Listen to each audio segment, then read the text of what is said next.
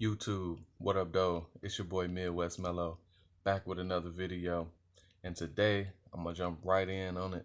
This is my NFL video on my top 5 running backs for the upcoming season and my top 5 wide receivers for the upcoming season.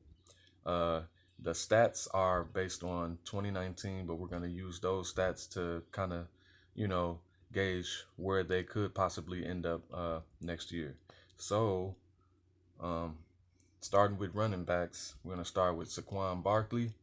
Uh, and last year in 13 games, he had 217 rushing attempts for 1,003 yards. He had 4.6 yards per carry and 6 rushing touchdowns. 52 rec, and of those catches, he got 438 rec yards and 2 rec touchdowns.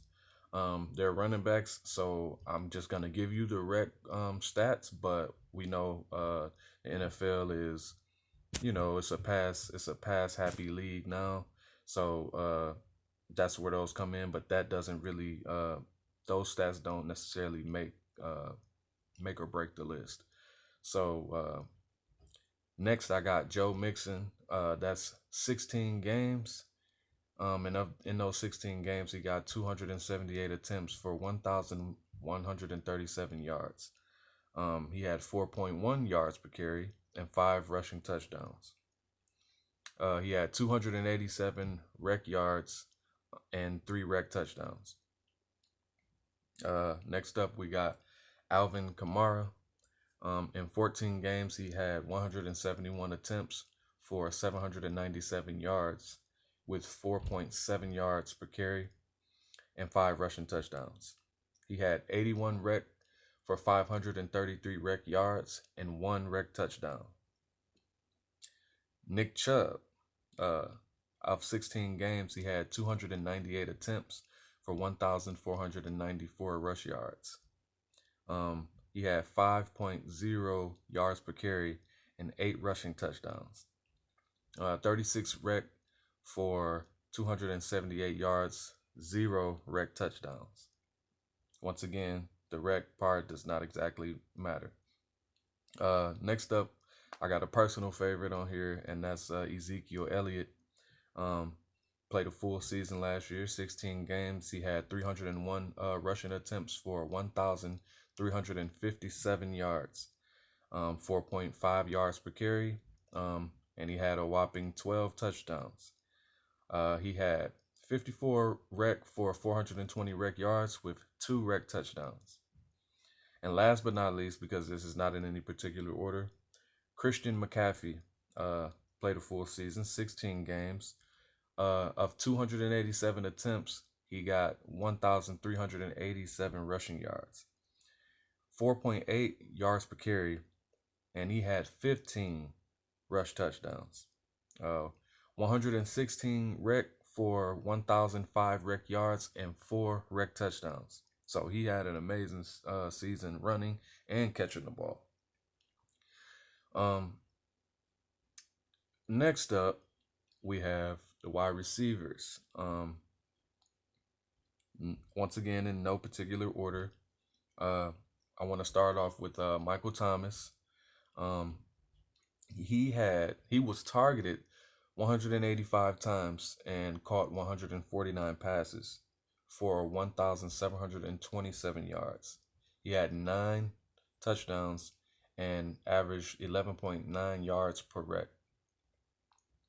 Next up is another personal favorite of mine.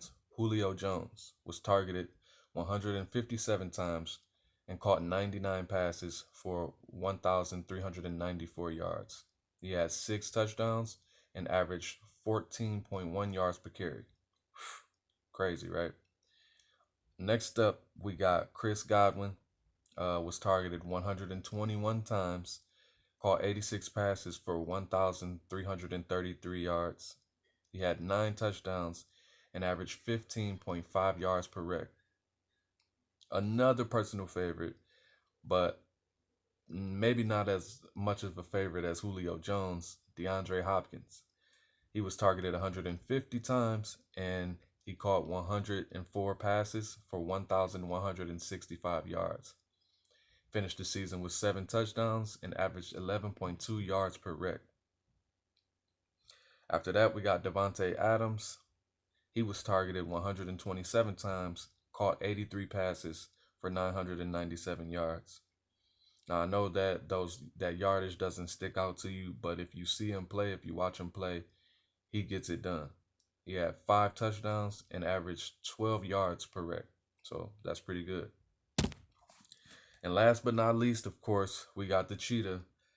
Tyreek Hill was targeted only 89 times and caught 58 passes for 860 yards. But he had 7 touchdowns and he averaged a nice 14.8 yards per rec.